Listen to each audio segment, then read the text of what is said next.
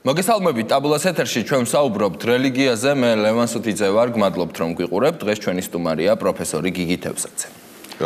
მოგესალმებით კიდევ ერთხელ დიდი მადლობას გადაგიხდით გადაცემაში სტუმრობისთვის ჩვენ დღეს ვისაუბრებთ უმრავლესობის უფლებებზე ხო ძალიან ხშირად როდესაც საუბარი მიდგება ხოლმე რომელიმე ამა თუ იმ მოწყვლადი ჯგუფის ან უმცირესობის უფლებებზე მაშინვე დომინანტი რელიგიური ჯგუფის წარმომადგენლები ან თალკეული ჯგუფების წარმომადგენლები იწყებენ საუბარს იმაზე, რომ არსებობს უმრავლესობის უფლებები და ისინი უფრო შეზღუდულია, ვიდრე უმცირესობის უფლებები. მაგალითად, ასეთი განცხადება გააკეთა სულ ცოტა ხნის წინ კათოლიკოს პატრიარქმა ილია მეორე, მან თქვა, რომ უფლებები კარგია, მაგრამ უმრავლესობის უფლებებიც უნდა იყოს დაცულიო. როგორ გესმით თქვენ ეს ტერმინი? იცით როგორ არის? ნუ დავიწყოთ იქიდან, რომ საერთოდ ჯგუფური უფლებები ცოტა გაუგებარია. არის ადამიანის უფლებები, პიროვნების თავისუფლება, რომელიც უნდა იყოს დაცული. ეს სხვა შორის ეს მე ცალკე ეს საკითხი მენდამაც არ მიკვლევია, მაგრამ ეს ჯგუფური უფლებების იდეა სადღაც არის გაჩენილი მე-19 საუკუნეში და ეს უკავშირდება პრინციპში აი ერების ასე ვთქვათ ინსტიტუციონალიზაციას და სახელმწიფო ერების წარმოშობას. მაშინ გაჩნდა ეს იდეა, რომ ეს არის რო არის რაღაცა ჯგუფი, რომ ამ ჯგუფს რაღაცა უფლებები აქვს, სხვა შორის მეორე მხრივ ძალიან საინტერესოა დაკავშირებული მეორე მხრივ ეს თვითონ აი ესეთი ჯგუფის როგორც სუბიექტის ცნების გაჩენა დაკავშირებულია მუშათა მოძრაობებთან. უბრალოდ პირველად ესე იგი ეს მეცნიერები და მკვლევარები ბევრი ცნობილი იყო მათ შორის ფროიდი მაგალითად ხო რომ უყურებდა აი ამ გაფიცვებს ესე იგი ვერ ხვდებოდა რა ხდებოდა. იმიტომ რომ არანაირი ახლა ჩვენ ბევრი რაღაცა ვიცით ხო ბევრად უფრო მეტი ვიდრე ფროიდმა იმის შესახებ საზოგადოება როგორ არის მოწყობილი და შემდეგ ამას უყურებდა ვერ ხვდებოდა ისინი უბრალოდ რა ხდება რატო არის ეს რაღაცა ჯგუფი რომელიც დადის რაღაცას ამტრევს მე ცალკე ეს ადამიანები ამ ჯგუფიდან აბსოლუტურად განსხვავებულები ჯგუფში სხვანაირად აი მაშინ სწორედ წარმოიშვა რომ რაღაცა იქნება რაღაცა სუბიექტი იქნება რომელსაც რაგი სუბიექტი ესე შესაძლოა უნდა ქონდეს თავისი უფლებები და ეს თავის მხრივ ასევე იყო დაკავშირებული აი ამ იმასთან სახელმწიფო ერების გაჩენასთან როდესაც რაღაცა ერების უფლებებზე რაღაცა ერების ესქატოლოგიაც კი იყო რომ ერი შედის სასუფეველოში არ შედის სასუფეველში ეს რელიგიას რაც შეეხება ასე რომ აი ამ პერიოდში არის ეს საქართველოს სულიერი მისია საქართველოს სულიერი მისია და შემდეგ ასე რომ ეს აი ამ პერიოდში არის გაჩენილი და დაკავშირებულია ინდუსტრიალიზაციასთან როგორც ყველაფერი ეს არის ესე იგი ყველაფერი ესე იგი კონსერვატიული და რეტროგრადული ყველაფერი ინდუსტრიალიზაციასთან დაკავშირებულია და იმას ტექნოლოგიურ პროგრესთან ხო ეს ისეთი უკვე რაღაც მოარული ეს არის ჭეშმარიტება და მარტივი და ეს როცა გაჩნდა ეს უკვე მე უკვე ძალიან დაიწყეს კულტივირება უკვე სხვა იმან ხო ესე იგი ერთი ამბავია როდესაც სახელმწიფო აკეთებს დაუშვათ კულტივირებას ხო და მეორე ამბავია ესე იგი ესეთი ჯადოსნურ სარკეში როგორ შემოუტრიალდება შემდეგ ეს სახელმწიფო გაჩნდებიან ჯგუფები რომლებიც იტყვიან რომ თუ დაუშვათ ერთ საქმე უფლება მეც მაქვს მაშინ უფლება იმიტომ რომ მე რაღაცა ჯგუფია რაღაცა უნდა გავაკეთო და ასე შემდეგ და რაღაცა უნდა მოვითხოვო და ამიტომაც და ესეთი ხშირია ხო დაახლოებით მას მერე სადღაც ასევე მე-19 საუკუნიდან უკვე ბორდინგიც იცვლება ანუ სიტყვა როგორ ლაპარაკობენ მაგალითად სახელმწიფოზე როგორ ლაპარაკობენ ჯგუფის წევრები ლაპარაკობენ როგორ სუბიექტზე ხო მანამდე არ არის მანამდე იყო ლაპარაკი დაუშვათ მეფეზე მეფის სამფლობელოზე სათვრცელდებოდა მეფის უფლებები და ასე შემდეგ ხო ეს ცნობილი სრული სახელმწიფო ესმევა მერე უკვე სახელმწიფოს ჯგუფებმა შეიძინეს სუბიექტურობა გახდა ეს სუბიექტური და აი ამის მერე უკვე დაიწყეს ესეთი მოთხოვნა იმის იმათ გაჩნდა ამავე დროს აი ეს უფლებების მოთხოვნაც ამ დროს ადამიანის უფლებები გადაიქცა ადამიანის უფლებები გადავიდა ასე გავრცელდა გადაიქცა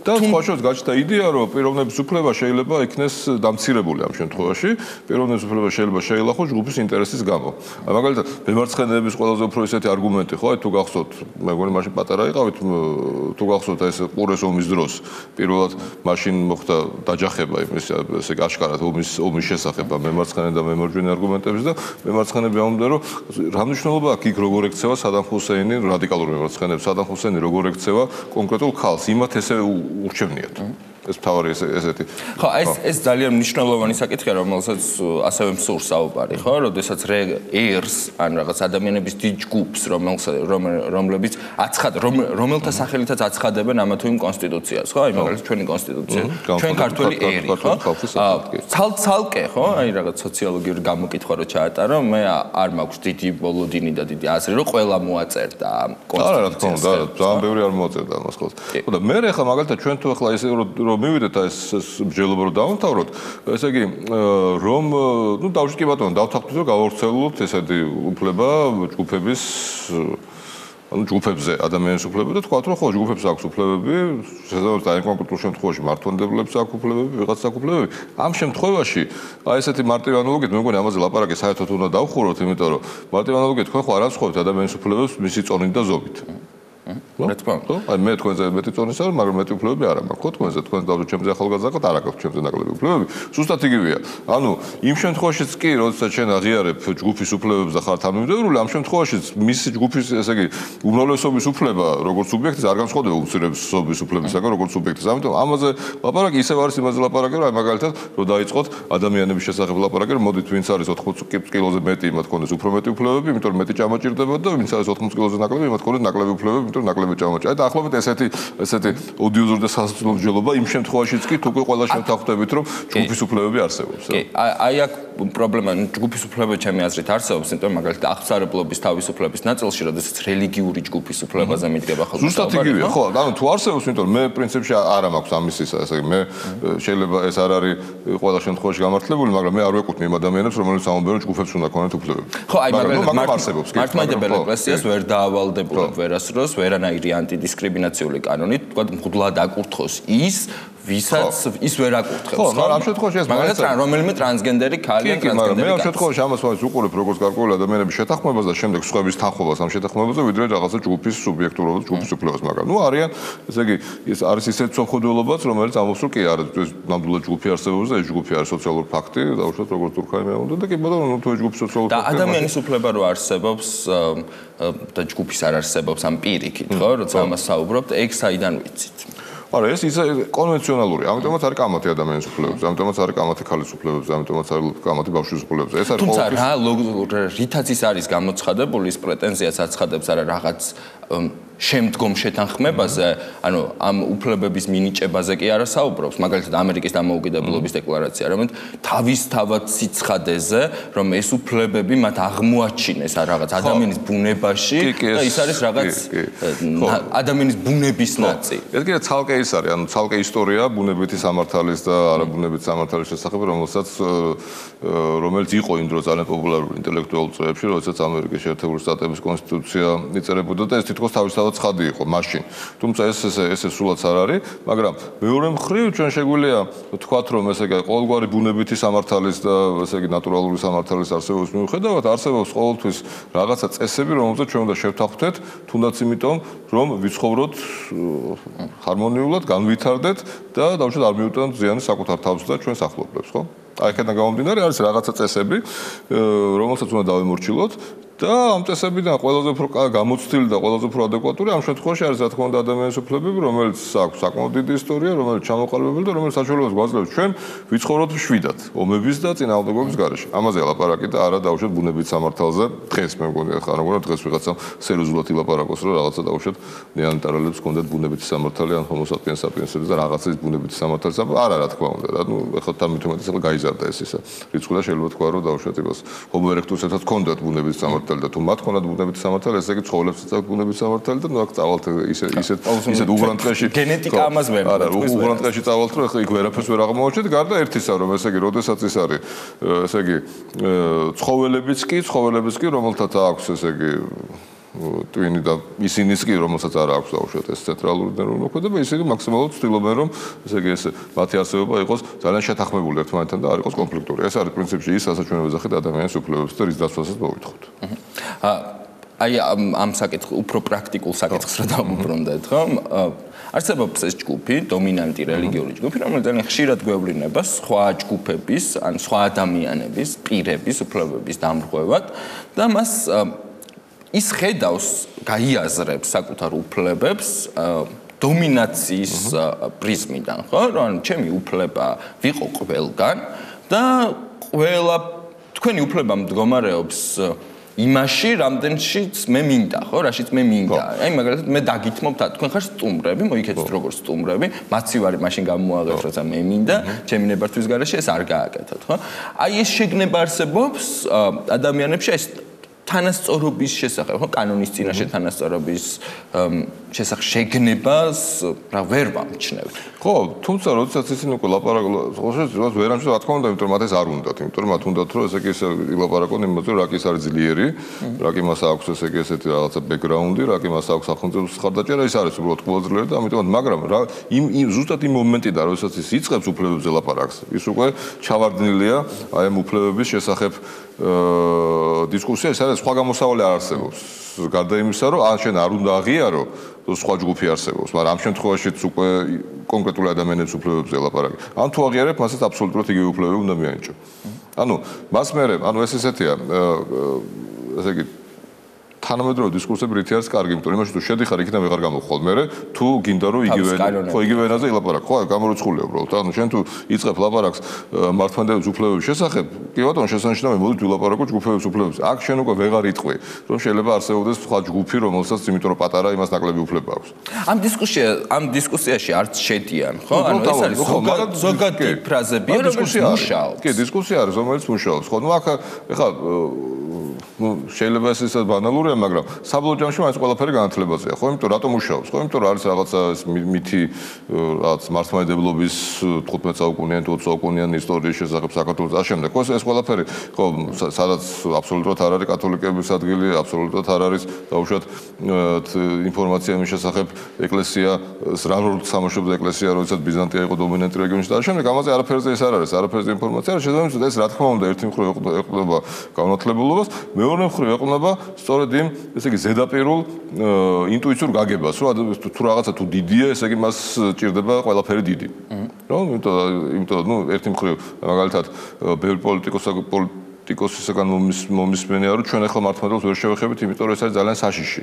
ძალიან დიდია, გვეშინია და შემდეგ, ხო, ამას ესენი ამბობენ, მაგრამ მეორე მხრივ, ისიც ფაქტია და ისტორიულად განმტკიცებულია, რომ ჩვენ თუ ესე მოიქცევ, ის გახდება სულ უფრო და უფრო დიდი. და ეს დაშორდება თავის იმას, თავის. ანუ წარმოდგენას რო დავაკვირდეთ, ხო, აი არგუმენტები, როდესაც თქვა მუსლიმებზე მიდგება ხოლმე საქმე, ანალოგია მოყავთ შემდეგნაირად, აი მართლმადიდებლები როგორ ცხოვრობენ თურქეთში. ხო? ანუ ეს მუსლიმი მოქალაქე საერთოდ არ არის მოაზრებული ქვეყნის მოქალაქე, მრავალი ადამიანის თავში, იმიტომ რომ ის არ არის, ასე თუ მას არ აქვს პასპორტი სახელად მართლმადიდებლობა, ხო? ანუ ნაციონალური თუ გინდა იყო, ეროვნული თუ გინდა იყო, ამერის, ასე ვთქვათ, წევრი თუ გინდა იყო, შენ აუცილებლად უნდა იყო მართლმადიდებელი. ხო, ეს ქრისტიანობა საკმარისი არ არის. ხო, მაგრამ მე მაინც ვფიქრობ, რომ ესეთი განწყობები ამ განწყობებს ძალიან დიდი დღე მე ვფიქრობ, რომ მაინც არ აქვს, მაგრამ ნუ დიდი დღე შეიძლება არ აქვს ისტორიის თვალსაზრისით, მაგრამ აქვს ესე იგი ჩვენი ყოველი ჩვენგანის ცხოვრების თვალსაზრისით. ამიტომ ამ შემთხვევაში მნიშვნელოვანი არის ის, რომ ერთი ნუ ერთი არსებობს ისა, ხო? ამ ეკლესიის წმინდანის წერილები მუსულმანური საქართველოს შესახებ და რას წერს და როგორ წერს და ზუსტად იმას რო წერს, რომ მნიშვნელობა არ აქვს საერთოდ იმას, რა სარწმუნოებას თავარია, რომ ადამიანი პატიოსანი იყოს და შრომა უნდოდეს და შემდეგ, ხო? ხო, ილია ჭავჭავაძეზე სხვათა შორის, როდესაც წმინდანად მისი წმინდანად შერაცხვა იგეგმებოდა, ძალიან ბევრი გამოთქვამდა პროტესტს, ხო? აი ეს რაღაც რა დავარქვა არ ვიცი, კონსერვატულს უფრო ექსტრემისტული ჯგუფების წარმომადგენლები, ისინი ამბობდნენ, რომ არა ის წმინდანი არ არის.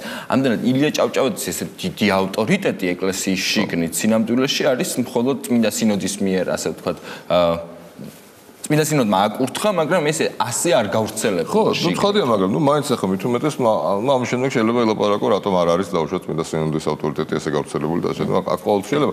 ამიტომ, მაგრამ მნიშვნელოვანი ამ შემთხვევაში რა არის, რომ ერთი არის და ამას ვერ უზამ. რა ხა ის თუ თulis რომ საქართველოს მართლმადიდებლებისა, ნუ აქ საერთოდ ლაპარაკებიდან დამთავრდეს, ხო, ის თulis რომ ესეა, იმიტომ რომ საქართველოს მართლმადიდებელია რამის ქრისტე დაბადებამდე და შემდეგ რა კი მართლმადიდებელი ესე კი ესე უნდა იყოს. ნუ აქ უკვე ლაპარაკი, ეს უკვე კლინიკური შემთხვევაა. ხო, აქ ლაპარაკი არ მგონია რომ საერთოდ რამე აზრი კონდეს, მაგრამ თუ თქვენ ესაუბრებით ამ შემთხვევაში ადამიანს, რომელიც ჯგუფის უფლებებზე აპელირებს, ძალიან ადვილია პასუხი ამაზე.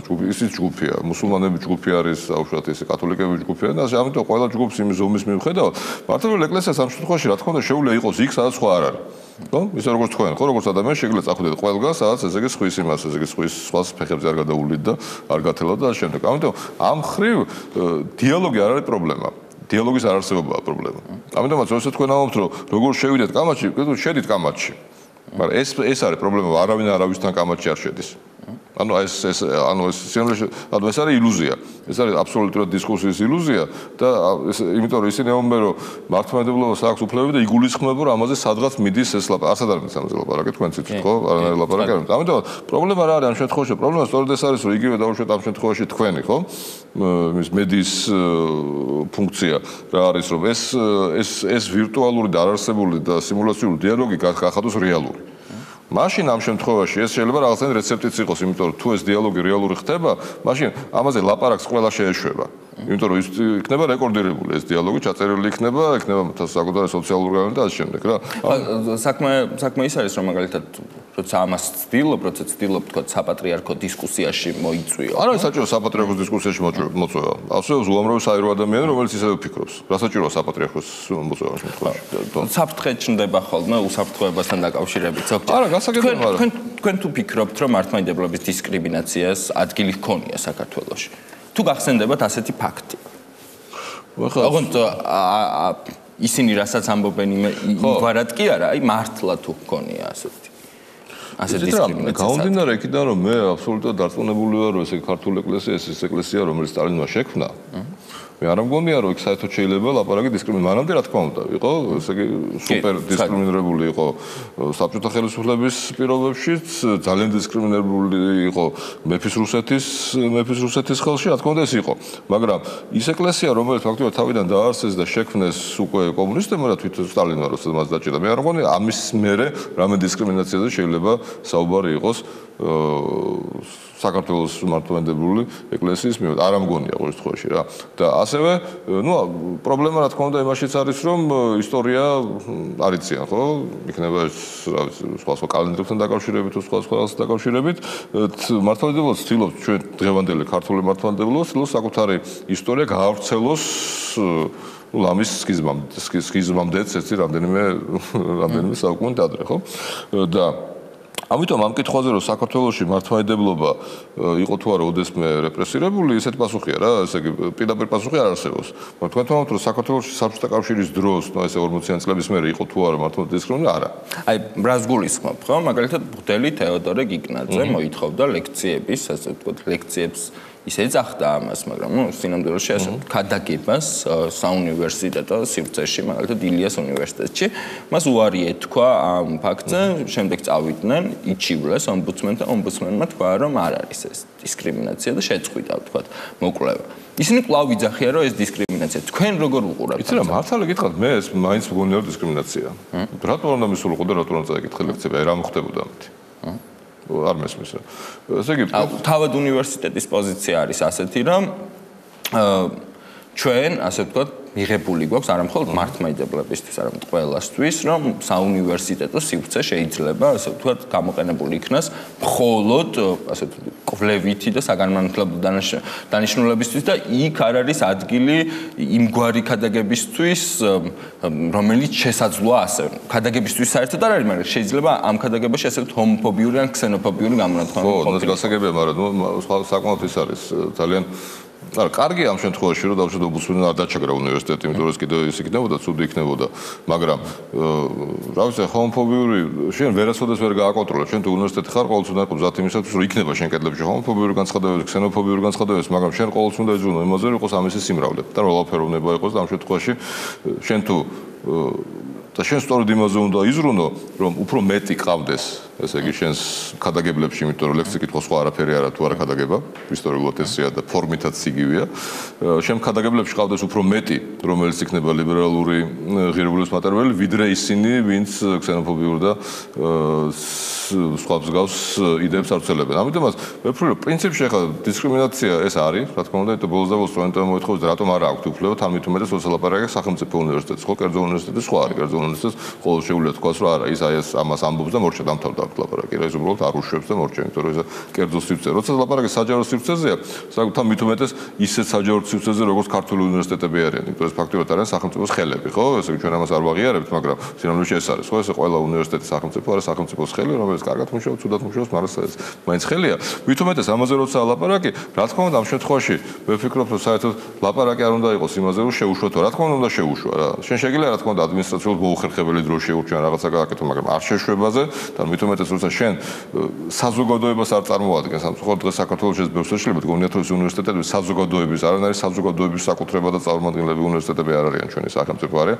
პირდაპირ სახელმწიფოს წარმომადგენლები თავიანთი წესებით, კანონებით და ყველაფრით და მით უმეტეს სახელმწიფოს რო წარმოადგენენ ესეთი რაღაც არ უნდა გააკეთო. ისევ იმეორებს სულ სხვა ვითარება ექნებოდა კერძო უნივერსიტეტში ან იგივე საზოგადოებრივ უნივერსიტეტში, აი public მასალ რასაც სინამდვილეში ქვია. ეს კი არა ჩვენ ასე თუ დაგეთ, რასაც მართლა ქვია დაუშვათ ავსტრალიაში, ამერიკის შეერთებულ შტატებში და ბრიტანეთში. ხო, მაგრამ ზღვარი სად გადის? მაგალითად, აი თეოდორე გიგნაძის ნაცვლად დავითი საკაძის მიიყვანა რომ მოეთხოვათ, ხო?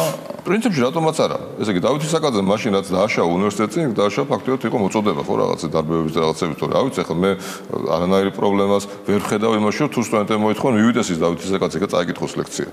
აი რას იზამს, რას გააფუჭებს ამით. გარდა იმისა, რომ დაუშვათ იმ სტუდენტებს შეუქმნის იმას ისეთ წარმოდგენას, რომ ისინი რაღაცა დაიჩაგრენ, იმიტომ რაღაცა მათი ადამიანი არ მოიყვანეს და არ ელაპარაკეს იქ. ისევ მეორე ეს ისეთია რა, ამიტომაც არის კარგი და ადვილი რომ უნივერსიტეტები გადავიდნენ საზოგადოებრივ და კერძო სფეროში. იმიტომ სახელმწიფო ეს ძალიან წინააღმდეგობრივია, როცა სახელმწიფო უნივერსიტეტი გაქვს. ძალიან ძნელია სახელმწიფოს პოზიციიდან ვარი უთხრა იმას იგივე დაუშვათ იმას გიგნაძეს და თედოის საკაძეს რა. რთულია ამის გაკეთება. ხო, მაგრამ ეს შეიძლება ეს მოთხოვნა შეიძლება იყოს, ანუ როდესაც საქმე სამეცნიერო თემას არ ეხება, ხო, როცა პირდაპირ ქადაგებას ეხება, ხო, რაღაც რომელიც ვერ იმას მით უმეტეს საქართველოში ამის განსაზღვრა ძალიან ძნელია, იმიტომ რომ აი რა არის კი ბატონო, რა არის კვლევით, რა არის სამეცნიერო თემა. ის რაც ასე ვთქვათ ემპირიულზე მსჯელობაა, ხო? ეს არ არის ემპირიულზე მსჯელობა. ხო, მეორე ხო უამრავის არის, ხო, ესე იგი არსებობენ უამრავის თეოლოგიის ლექციები, არსებობს უამრავი ესეთი ლექციები, სადაც დაუშვათ არსებობს რაღაცა ლექციები პოეზიაზე, ხო? არც ეს არ არის, ხო, პრინციპში ემპირიულზე მსჯელობა. ხო, თეოლოგიის მეტნაკლები რაღაც მეთოდი მაინც აქვს ამის. მე პირადად არ მივიჩნევ მეცნიერებად თეოლოგიას. ვერ განსაზღვრო. ამაში საქმე რომ რამენაირი განსაზღვრო ჩვენ მოდი ახლა დავაწევთ სადაც ეს კაცრ სროლს გავავლებთ, მით უმეტეს საქართველოში. სადაც ესეთი კატასტროფული ნაკლებობა არის ეს მეცნიერული კვლევის და მსჯელობის, იმიტომ რომ ძალიან ბევრ შემთხვევაში მეცნიერული მსჯელობაც, რასაც ფორმალურად მეცნიერული ქვია, ის ისევ ქადაგებაა. თავისი ყველა ობიექტით, რა, ვისაც წამს, ვისაც რაც შემდეგ რა. ხო, და ამიტომაც გავლება ძალიან რთულია აქ ზღვარის. ისევ მით უმეტეს საქართველოში, მით უმეტეს სახელმწიფო ორგანიზაციაში. ამიტომაც ამ შემთხვევაში როგორ ავირიდოთ თავიდან ესე იგი მომოსვლის გავსი რაღაცეები, პასუხი მე ერთი მაქვს ამ შემთხვევაში რომ გავუშვით უნივერსიტეტები, გავუშვით საზოგადოებაში და გავუშვით კერძო სექტორში. აი მაშინ ყველაფერი დაალაგებული იქნება, თქო, ვიღაცა შეუშვებს, ვიღაცა არ შეუშვებს და არავის არ ექნება, დავუშვათ იმის ისა ვალდებულება, რომ რა კი სახელმწიფო, ამიტომ ის უნდა იყოს სუპერ ესე იგი არადისკრიმინაციული და მე აქ მთელი ეს არის, მთელი წრე იგება სახელმწიფოში ზოგი ამის მოხრე, ზოგი ამის მოწინააღმდეგე. ზოგი მომხრეა საერთოდ იმისაც, რომ კერძო სივრცეშიც აიკრძალოს დისკრიმინაცია, ხო?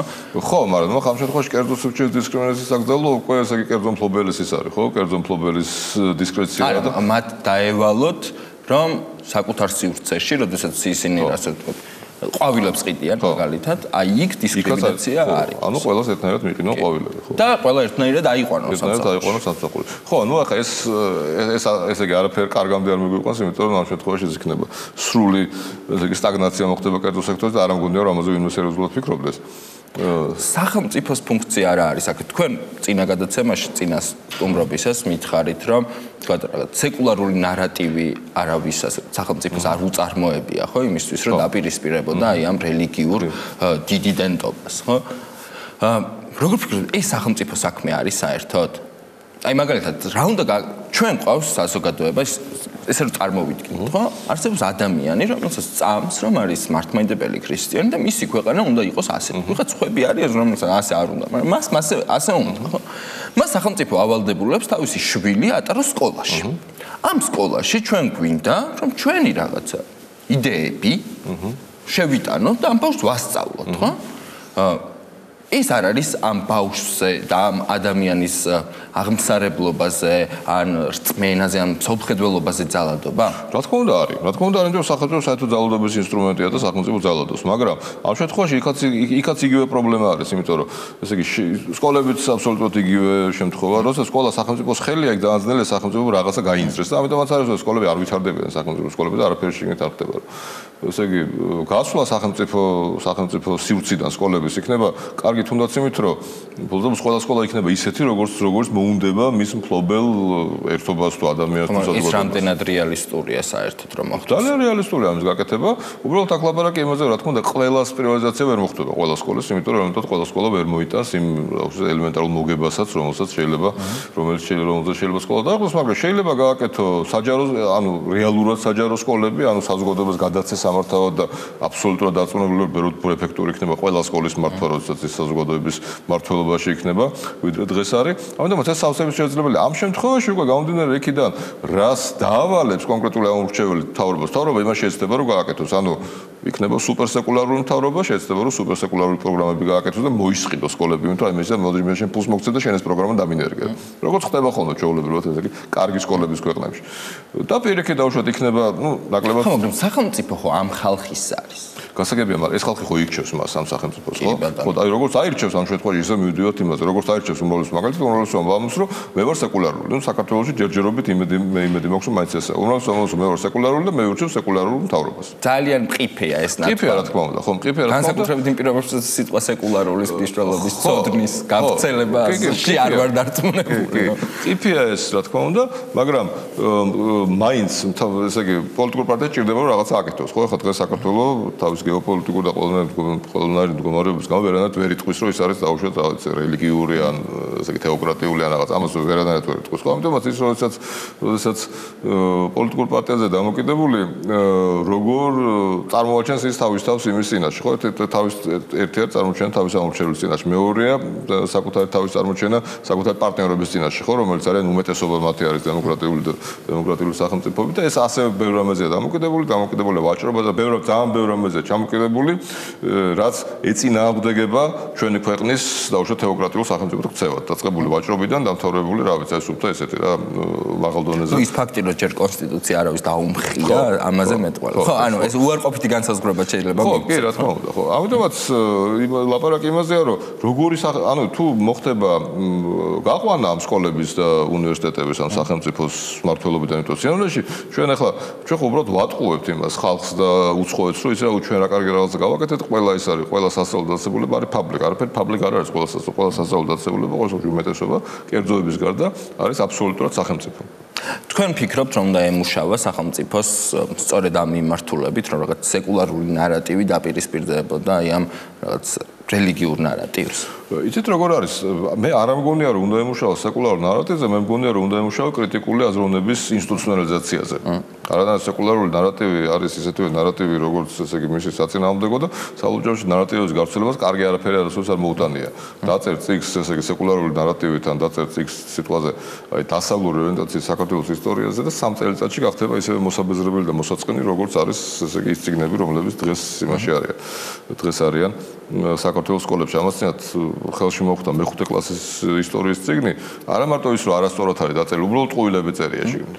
უბრალოდ. მე თავის დროზე სხოთაშორის მასწავლეს, რომ 1054 წელს დასავლეთისა და აღმოსავლეთის ეკლესიების გაყოფა მოხდა მონოფიზიტობა დიოფიზიტობის მიერ. საერთოდ ის ხო. კი, ხო და უბრალოდ ყუილები წერია შეგეთ, იმაზე არის ლაპარაკი, რომ ცუდად წერია არასწორად, ხო და ამიტომაც სახელმწიფო ამ შემთხვევაში რაც შეუძლია გააკეთოს მსჯელობის ინსტიტუციონალიზაცია, ანუ სკოლებში იყოს კრიტიკული აზროვნება და ეს მართლა გამოსავალია. ეს არ არის ის რომ კი, არა, ზუსტად ეს არის გამოსავალი, ხო, რას ნიშნავს, ეს არ არის ადვილი. უნდა გააკეთო მასწავლებლების ისე მომზადება, უნდა აწიო ხელფასების სკოლაში, იმიტომ რომ კონკურენცია, თავი არის კონკურენცია, რომ მასწავლებლებს შორის ძალიან ბევრი ის გადის ჩემ ხელში ამ ბოლო დროს ტექსტები საქართველოს განათლებაზე არავინ არ წერს, რა უცნაურიც არ უნდა იყოს, ეთქობა რა ეს რაღაცა ის არის რა ამის მიზეზები კიდე საკულები, მაგრამ ფაქტობრივად არავინ არ წერს, რომ ერთ-ერთი პრობლემა საქართველოში განათლების სისტემის არის სასკოლო განათლების სისტემის სამშობლოში არის ის, რომ კონკურენცია არ არსებობს. მასწავლებლის პროფესიისათვის, სადაც კონკურენცია არ არსებობს, ის რაც ნიშნავს, ხო, ეს ნიშნავს იმას, რომ ეს ყველაზე ბოლო პროფესია, რომელიც კი შეიძლება საქართველოში ადამიანებს წარმოადგენს და ამავდროულად. ასე რომ ისევ იმას რომ დაუბრუნდეთ ხო უმრავლესობის უფლებებს. გამოსავალი ეს არის, ხო, ესე იგი ერთი მხრივ ეს არის ის ამბავი, რომ დისკუსია უნდა გააჩინო და არ არის აუცილებელი მაინდა-მაინც საცურველი პრესა ელაპარაკო. ელაპარაკო ბევრი არიან, ხო, ბევრად უფრო ადვილად იპოვით იმას, ვინც ამის დაცვას დაიწყებს, ვიდრე იმას, ვინც არა. და მეორე მხრივ არის სწორედ ეს კრიტიკული აზროვნების ინსტიტუციონალიზაცია. იმიტომ სხვა შემთხვევაში, მაგალითად ისიც თუ აი რატომ იყო ესეთი კამათი მედასაზოგადოების შესახებ? იმიტომ რომ ყველამ ჩათვალა რომ ეს არის ინდოქტრინაციის კიდევ ერთი ფორმა. სხვა არ ჩავთვლით უბრალოდ. ხო ყველამ ჩათვალა ვიღაც ვინც ხробოდა, ვინც არ ხробოდა, ისინი ფიქრობდნენ რომ ხო ეს რაღაცა ცხოვრების ახალ წესს ამკვიდრებს და იმაზე არ იყო ლაპარაკი რომ შენ ამით და რაც უნდა უთხრა ამ შემთხვევაში ოპონენტს, იმაზე არ იყო ლაპარაკი რომ შენ ამით ადამიანს აძლევ არჩევანს. და გააზრებული არჩევანის გაკეთების საშუალებას, როდესაც ბევრ რაღაცას ასწავლი, ხო ასწავლი როგორ არის საზოგადოება, ასწავლი ადამიანები როგორ არიან, თვითონ როგორი ვერსიები აქვს მოქცევი და ამ შემდეგ რა. ამაზე ეს საერთოდ გავიდა, იმიტომ რომ ყოველთვის გონიათ როგორც საბჭოთა კავშირში რომ ჩვენ ვასწავლეთ ბავშვს ესე იგი აზროვნებას არჩევანს და სინამდვილეში ეს იყო ერთი დიდი ტექსტი, რომელსაც ჩაქუჩით თავში უტენდით ბავშვებს. ხო, ანუ სწორედ ამას ამბობენ, რომ როდესაც შენ ამაზე ელაპარაკები ბავშვებს, შენ მათ არჩევანს არ თმევ, იმიტომ რომ ისინი სუსტები არიან. ხო, იმიტომ რომ ისინი ასაუბრებენ არჩევანი მათ აქვს ქუჩაში. და ისევ ეს არ მთავრდება ეს ლაპარაკი, რომ უნდა ვთქვა, არა, ქუჩაში არაფერი არჩევანი არ აქვს, იმიტომ რომ თავის ძირითად დროს ისინი ატარებენ სკოლაში. არანაირად. რა, ამიტომ შენ თუ ელაპარაკები, შენ თუ ყველაფერი უნდა გაკეთო იმისათვის, რომ მათ ამ არჩევანზე იფიქრონ, რომ არიან სკოლაში. და არ მაგალითად როცა გარეთ და ძალიან ხშირად ეს არჩევანი არის უბრალოდ ძალადობასა და რაღაცა დათმობაში. რამდენად პერსპექტიულია, რომ სახელმწიფომ რაღაცა ნაბიჯები გადადგეს. ჩვენ ახლა ვხედავთ, ვაკვირდებით ცოტა სასაცილო პროცესს მოწმენდილ ცაზე, როცა ეკონომიკა ძალიან ცუდ მდგომარეობაში, ბევრი მიმართულებით სახელმწიფოს, ბევრი პრობლემა აქვს, უცბად კოალიცია ქართული ოცნების პოლიცაბჭოზე ითქვა, რომ მათ უნდა დააზუსტონ კონსტიტუციაში, რომ ქორწინება ეს არის არა მხოლოდ ორი ადამიანის ქორწინება, არამედ არის ქალისა და მამაკაცის ქორწინება, ამას მხარი აუპა თავისუფალმა დემოკრატებმა, ისინი თანაინიციატორები იქნებიან ამ საკონსტიტუციო ცვლილებების და ნაციონალური მოძრაობის ზოგიერთმა წარმომადგენელმა კარგად ვერ გავიგე მთლიანად პარტიის პოზიცია. რაღაც გავიგებთ ალბათ. ეხლა ამ შემთხვევაში როგორ რაღაცა იცით რომ ეს ამასიან მოიფიქრე ესა ტერმინი რომელიც ცნება რომელიც ჯერ არ დამიწერია არსად Facebook-ში გამოვიყენა ეს არის საარჩევნო ქორწინება. და განსაზღვრებას გავაკეთე, რომ საარჩევნო ქორწინება ეს არის კონკრეტული პოლიტიკური პარტიის მოქმედება, რაღაცა გაუკეთოს სასარგებლო მართლმა ეკლესიას, რის შედეგადაც მას აქვს იმედი, რომ ეკლესია დაავალებს თავის გულებს, რომ მიაცემინონ ბრელს ხوارი პარტიისათვის. ეს საარჩევნო ქორწინება ესეთი ტერმინია. და აქ ამასთან გვაქვს საქმე.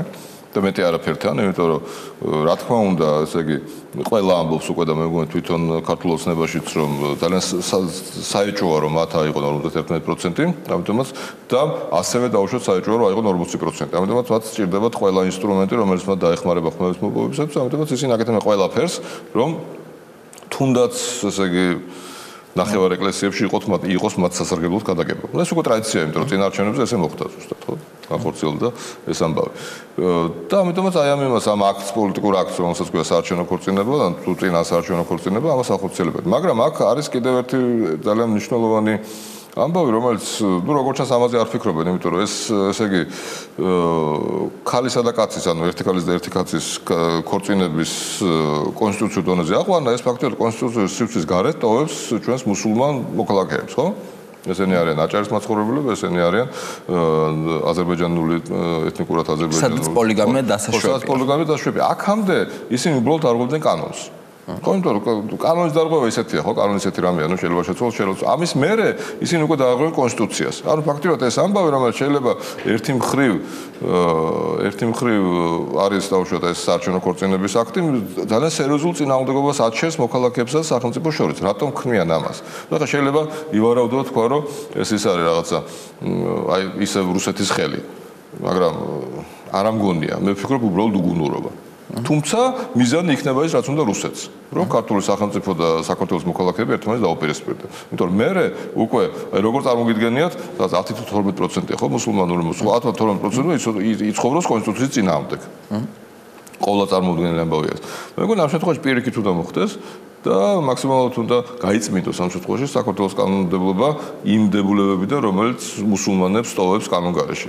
ხო, მაგრამ აი ეს საკითხი დგება ხოლმე დასავლეთში, როდესაც ასე ვთქვათ, same sex marriage-ზე, უბრალოდ ქორწინების თანასწორობაზე მიდგებოდა ხოლმე საუბარი.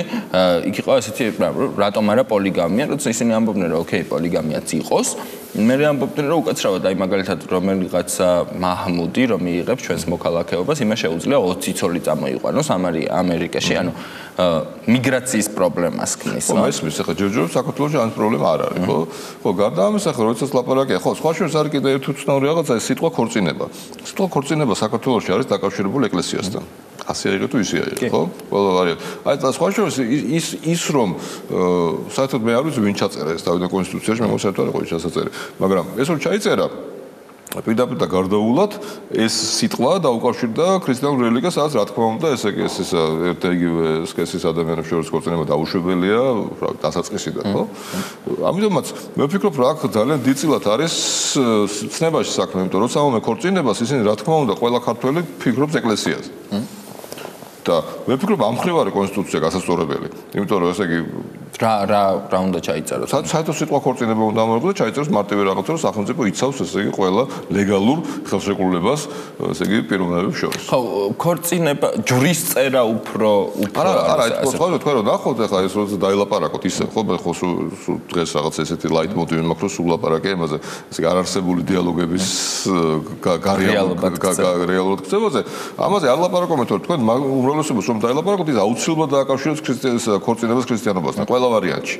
ხო, ანუ ძალიან უცნაური ის არის რა, მაგალითად. ამიტომაც როდესაც დავუშვათ პრემიერ-მინისტრის ლაპარაკობს ქორწინებაზე, იმას რა თქმა უნდა თავში მართლმადიდებლური ეკლესია აქვს და არა სიტყვაზე დავუშვათ ის კონტრაქტი, რომელიც იდება თანაბარ კი, მაგრამ ეკლესიამ ეს ხო შესანიშნავად იცის, ეკლესიამ იცის, რომ მაგალითად მისთვის ღრმად სულ ერთია დოკუმენტებში იქნება ქალსა და კაცს ექნება თუ არა ხელმოწერილი, მათთვის ბიუროში, ხო? მას უნდა ჯვრის წერა, ხო? ანუ საიდუმლოს აღსრულება. რეალურად მისთვის იმ ფურცლებს მნიშვნელობა არ აქვს. ფურცლებს მნიშვნელობა არ აქვს. სამაგერად ეს დის, ესე იგი მათ ასე ვთქვათ, ვირტუალურ ძალაუფლებას ქვეყანაში, იმიტომ რომ როცა ჩაიწერება რომ ქორწინება არის ქალისა და კაცის ერთობა, ეს უეჭველად და გარდაუვალად არის ქრისტიანული, ხო? ხო, ყველა ვარიანტში ქრისტიანული, იმიტომ რომ გძალავს ყველა სხვანაირს, ასე გძალავს კაცისა და მრავალი ქალის, ასე გძალავს ქალისა და მრავალი კაცის. პოლიამორიას და ყველაფერს გძალავს რა. რაც ახლა მე ვთქვი რომ გამომდინარე იქიდან რა სამყაროში ცხოვრობთ, ეს არ არის კარგი არანაირად რა, იმიტომ რომ პრობლემა შეიძლება შეუქმნას დაუშვათ იმ უცხოელებს, რომლებიც ჩამოდიან, ხო? დაუშვათ იქიდან ახლო აღმოსავლეთიდან და პოტენციურ ინვესტორები არიან. პრობლემა შეიძლება შეგვიძლია შეულებრივ ადამიანებს, ხო? და ასე შემდეგ, ბევრი რაღაცა არის პრობლემური, მაგრამ მე ვთვლი ამ შემთხვევაში, რომ მე მაინც აქ ესე იგი პრობლემა არის სემანტიკური და არა ესე იგი სოციალური. სემანტიკური პრობლემაა, როცა წერია ქორწინება. ოჯახზე მე მგონი პრობლემა არავის არ ქონია და ოჯახზე არავინ ლაპარაკ ნუ იყო ის რა თქმა უნდა ესე იგი სრულიად სულელური გამოთქმები რომ ოჯახი ეს არის იმის ქალისა და კაცის ერთობა და იქ მე თუ ქმარი მოკვდა ესე იგი ოჯახი აღარ იშლება ოჯახი და ბევრი ხუმრობები იყო ამაზე მაგრამ ქორწინება სახიფათოა ქორწინების განსაზღვრა არის სახიფათო იმიტომ რომ ერთი მხრივ უქმნის პრობლემას იმ სერიოზულ პროცენტს საქართველოს მოსახლეობის და მეორე მხრივ ქმნის პრობლემას სწორედ იმით რომ თეოკრატიისკენ გადადგმული ნაბიჯი გამოდის იმიტომ რომ შენ ამ შემთხვევაში ესე იგი სიტყვას რომელსაც აქვს მხოლოდ სემანტიკურად აქვს შენთვის მნიშვნელობა და დაკავშირებულია კონკრეტულ რელიგიასთან შენ ამას უკვე კონსტიტუციურად აფორმებ ანუ შენ ფაქტობრივად სემანტიკა გადაყავს კონსტიტუციური კანონის დონეზე რაც არანაირად სწორი არ არის თუმცა ამ სიტყვის შეცვლა რომ მოინდომა დარწმუნებული ვარ რომ ასევე ექნებათ პრობლემა ამ ჯგუფებს ანუ მაინც გატანა მოგიწევს ამას. არა, ყველა ვარიანტი გატანა მოგიწევს, ამიტომ ამ შემთხვევაში ალბათ ჯობია ელაპარაკო იმაზე, რომ საერთოდ გაუშვა ქორწინება, ესე იგი სახელმწიფოს ხელებიდან და უბრალოდ თქვა, რომ კი ყველა კონტრაქტი, ყველა ხელშეკრულება, რომელიც დადებულია, მე ვიცავ ამას და ესე იგი თავი იყოს ლეგალურად და ამაზე დაამთავრო ყველაფერი, ხო? მაგრამ ხეს რამდენად მოხდება? სწორედ ეს არის მაგალითად, როდესაც მართლმადიდებელი ეკლესია ამბობს, რომ ცოდვის ლეგალიზება, ეს ახალი ტერმინია, ხო, რაღაც ცოდვის ლეგალიზება. არ ვიცი, აი მარხვა შაურმის ჭამა აკრძალული არ არის მაგალითად, მაგრამ ნუ აი გეიბი უნდა აკრძალო, ანუ რუშობა, აი სხვათაშორის ესეც არის, ხო, მაგალითად აი რაღაც სექსმუშაკების საქმიანობა რაღაც სივრცეში, ხო? რაღაც სივრცის გადაცემა სექსმუშაკობისთვის არის აკრძალული, ხო? ეგრეთ წოდებული ბორდელის შექმნა, ხო? აი ამ ვნებას, ხო?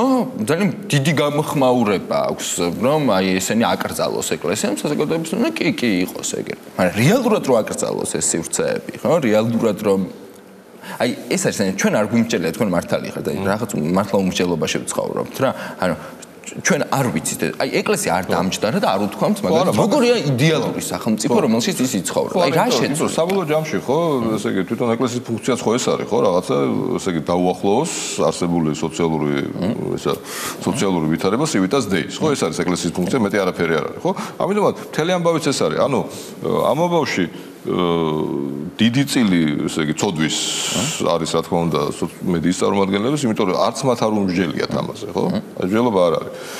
და მთელი პრობლემაც ეს არის, ხო, ეკლესია რომ დაждდეს ამაზე ჯელობა დაიწყო, ძალიან ბევრი რამე გამოირკვევა, ხო? მაგალითად კი ბატონო აკრძალე რაკთან მერე იმ ხალხმა ვისი ესე ელემენტარული შემოსავალი წეგარი და მაგითის დიან ბავშვს, ხო? ეს იგივე რა გააკეთონ იმათ, ხო? ეკლესია მისცემს მათ ფულს, ვინ მისცემს მათ ფულს? აი, ბევრი პრობლემაა, რომელზეც საბოლოო ჯამში ის არის. და შეიძლება ეს იყოს აი სწორედ ამ კრიტიკული აზროვნების ინსტიტუციონალიზაციის რაღაცა პირველი ადგილები და საბოლოო ჯამში რატომ უნდა დაიწყოს ეს მაგალითად იქიდან, ხო? ხო, მაგრამ ეს განსაკუთრებული შემთხვევა, როდესაც საქმე ეხება LGBT მოქალაქეებს, ხო, იმიტომ რომ აქ მხოლოდ აზროვნებაზე არ არის საქმე, მხოლოდ ცოდვა არ არის საქმე. ცოდვას კი არა წინააღმდეგებიან, ზიზღს განიცდიან ადამიანების მიმართ. ხო, სადღაც ისე გავიგე ეს, რომ ესე იგი მე მგონია ლექციაზე რომ შევარდენ თავისუფალ უნივერსიტეტში თქვენს რომ ჩვენ ეს გვაქვს არაცნობიერად, არამედ ცნობიერი ზიზღი გვაქვს, ხო? ახლა როგორ რაღაცა ესეთ განათლებაზე ელაპარაკე, ხო? იმიტომ რომ ნუ ბოლოს შეიძლება ელაპარაკო რატო გაქვს ზიზღი მოყევი. და საბოლოოდ ალბათ მიხვალ იქამდე მას ეშინია. მორჩენ. ну то есть ზიზღი არის შიშის შედეგი და მეტი არაფერი ხო აი დაანჩოლებრივი ამბავია ხო მაგრამ ამაზე ლაპარაკი რომ ესე იგი საუბარი დიალოგი რომ დაიწყოს ანუ ყველა ეს ვირტუალური დიალოგი რომელიც ჩვენ გონია ახლა თქვენს ხო ესე ხართ არა დაждები და ფიქრობთ რომ აი ახლა მე ამას ვეთქვი მე ამას ვეთქვი მე ამას ვეთქვი და თქვენში დიალოგი არანაირი დიალოგი არ მოხდარა სინამდვილეში რა სიმულაცია არა ეს თქვენ სიმულაცია მოიფიქრეთ და ჩათვალეთ რომ ხო ეს ვარ ვიღაცა რა წარმოიდგინე ახლა ეზიზღება გეები რა არა აი როგორც კი ეს დიალოგი მაგრამ ეს ხალხი არაფერზეა თავად შეთანხმებული რა თქმა უნდა ბევრია მათ აერთიანებთ რაღაც ფორმულები ბევრი სხვათა შორის გეტყვით აქედან რომ თავისთვის იყოს მენუ ესე იგი ქუჩაში ნუ შემხვდება ხო ბევრი ამას იტყვის ხო ბევრი რატო იტყვის ამას იმიტომ რომ სახშიც არ უნდა იყოს და ეგეთი ალბათ უფრო ცოტა იტყვის იმიტომ რომ ხა პრინციპში იმან ხო ესე იგი კლასიკური კვლევა კენსის კვლევა რომელიც არის იმისი ადამიანის კაცის და ქალის სექსუალური ქცევის შესახებ ის ამბობს რომ რაც უფრო ის არის რაც უფრო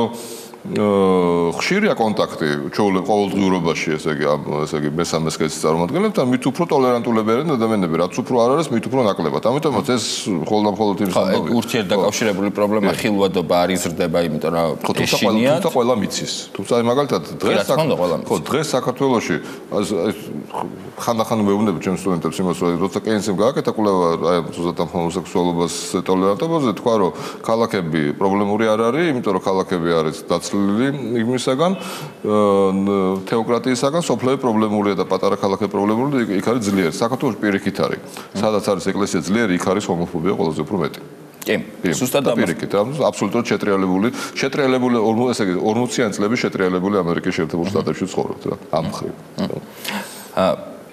როგორ შეიძლება აი ამ პრობლემის მოგვარება თქვა აი როდესაც თქვენ ახსენეთ დიალოგი ხო დიალოგის გარდა არსებობს უამრავი პრობლემა ხო აი ხილვადობა როგორ უნდა გაიზარდოს რაღაც ჯგუფების ხო თქვა რელიგიური ჯგუფების წარმომადგენლებს ხო ერთი არის რომ ისინი გამოჩნდნენ ტელევიზიით მეორე არის ის რომ მათ აღასრულონ საკუთარი საქმიანობა ხო რომელსაც ძალიან ხშირად ხელი ეშლება ხო ერთადერთი ვინც გაუძლო ამ წნეხს მეტნაკლებად ესენი არიან იეჰოვას მოწმეები რომლებიც დღემდე რამდენი ფაქტი ის განა სტენთან ერთად და ქადაგებენ ხო რამდენს ანგრევენ იცით აი ფეხით ფიზიკური ძალადობა ამ სტენდის მაგრამ მაინც განან ხო ანუ რაღაც თვალსაზრისით მარტო იმას ვერ დააბრალებ რომ გეშინია და მართალი ხარ როდესაც ამ შიშს ეგუები რაღაც თვალსაზრისით ხო იმიტომ რომ იეჰოს მოწმეება ეს შიში ნაწილობრივ გადავაკეთებს ხო შესაძლებელია ახლა პრინციპში მაინც მე ვფიქრობ რომ ყველაზე უფრო მნიშვნელოვანი ამ შემთხვევაში არის ნუ ერთი მხრივ რა თქმა უნდა ეს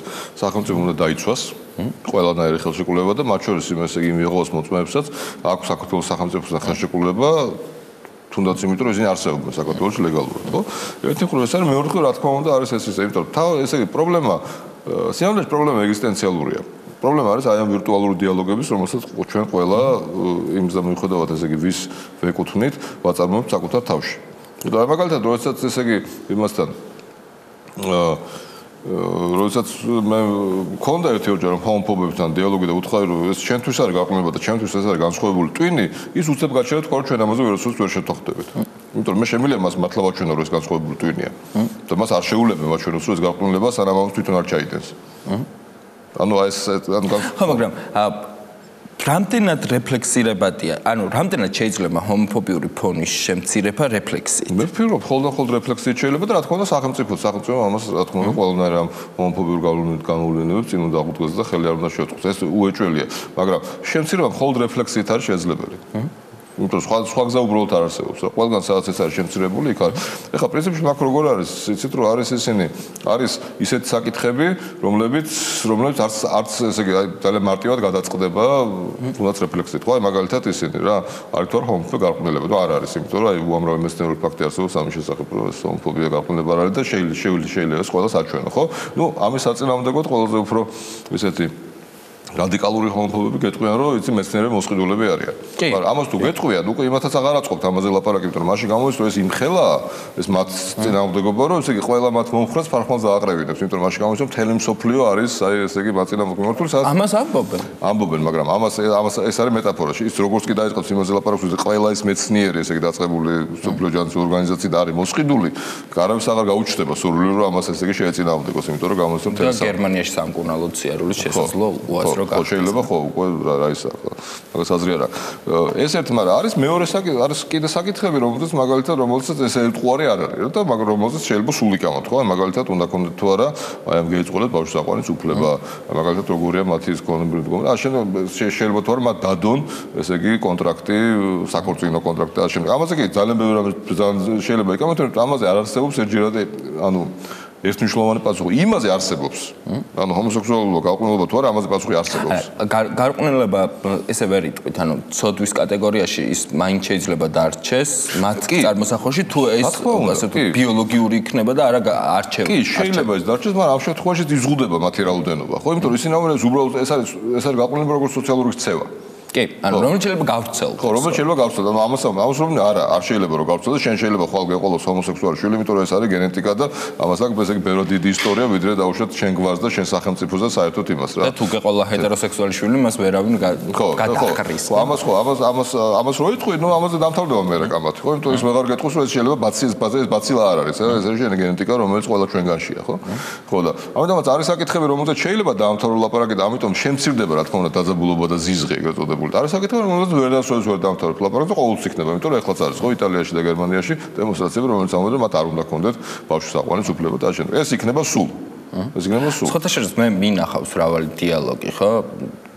შედარებით დიდი ტელევიზიები, რომელსაც ამის საშუალება აქვს, იწვევენ ხოლმე ასეთ ადამიანებს და მიდის ძირითადად მე მინახავს ყაყანი და არა დისკუსია. იმიტომ რომ ძალიან ცხელი თემაა და ძალიან რთულია თუ უმრავლესობაში ასე ვთქვათ, სტუმრების უმრავლესობაში, აი ეს ჯგუფები უმცირესობაში არ არიან, მათი ყიჟინა, როგორც წესი, იმარჯვებს ხოლმე ინტელექტუალების და ასე ვთქვათ, ლიბერალური დემოკრატიის მომხრეების. ყოველთვის იცი რა, მაგაში, აი ზუსტად მაგაზეა საქმე, რომ ჩვენ გონია ისევ აი ამ რაღაცა ჩვენ თავში წარმოებული ვირტუალიზმის გამო, რომ ესე იგი ის რომ ჰომოსექსუალებს უნდა ქონდეთ თანაბარი უფლებები, ეს ადამიანის უფლებების საკითხია და არა მეცნიერების.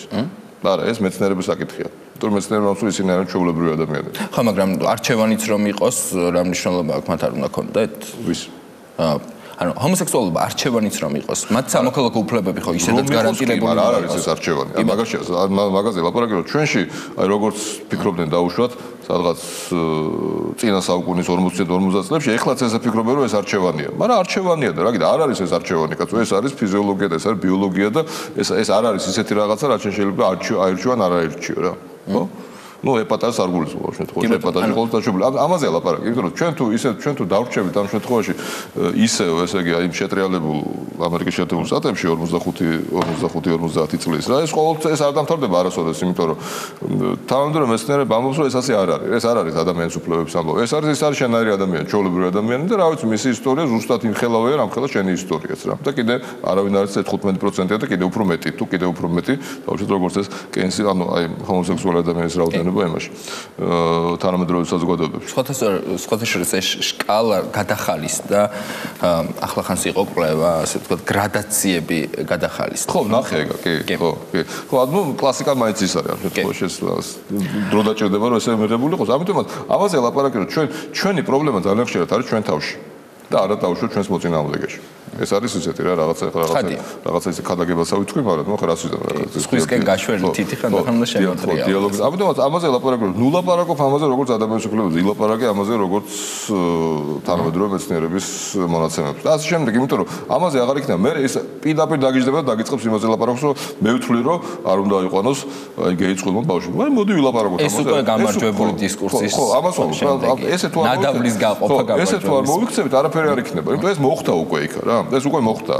ევროპაში მოხდა, ამერიკაში მოხდა, იმაზე აღარ კამათობენ უკვე. კამათობენ იმაზე ბავშვი აიყონოს თუ არა, კამათობენ იმაზე, დაუშვათ ვის უფრო დაუშვათ მეტი უფლება აქვს იმის შულს თუ დაუშვათ იმის გეი პარტნიორს, რომელთანაც ის კონტრაქტი გაფორმდა. ასე შეიძლება, აი ბევრი რამეს კამათობენ ამის გარდა. არ უნდა რკივის იქა, თუ შეიძლება სამხეთელი ბაპტისტები რაღაც სამბობენ, მაგრამ იმათ ეხლა მაინც დიდ ყურადღებას არავინ არ აქცევს.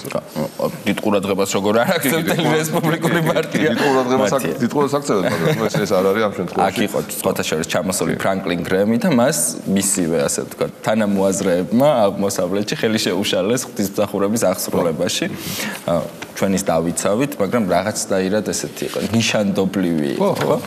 ნუ სამხეთელები, მე ბაპტისტები არ ვარ, სამხეთელი ბაპტისტები არიან განსაკუთრებით ისინი, განსაკუთრებით ხო, რესპუბლიკური პარტია, მტრიცას რომ მხოლოდ სამხეთელი ბაპტისტები. ძალიან დიდი მადლობა სტუმრობისთვის, ჩვენ კიდევ დაგვჭა დაახლოებით 2 წუთი, თუ რამე დაგჭათ სათქმელი, ძალიან დიდი მადლობა სტუმრობისთვის. საუბარი რელიგიაზე ამით დასრულებულია, ჩვენ ერთმანეთს შევხვდებით მომავალ ოთხშაბათს. დიდი მადლობა რომ გვიყურეთ და არ დაგავიწყდეთ, მოიწონოთ ჩვენი Facebook გვერდი.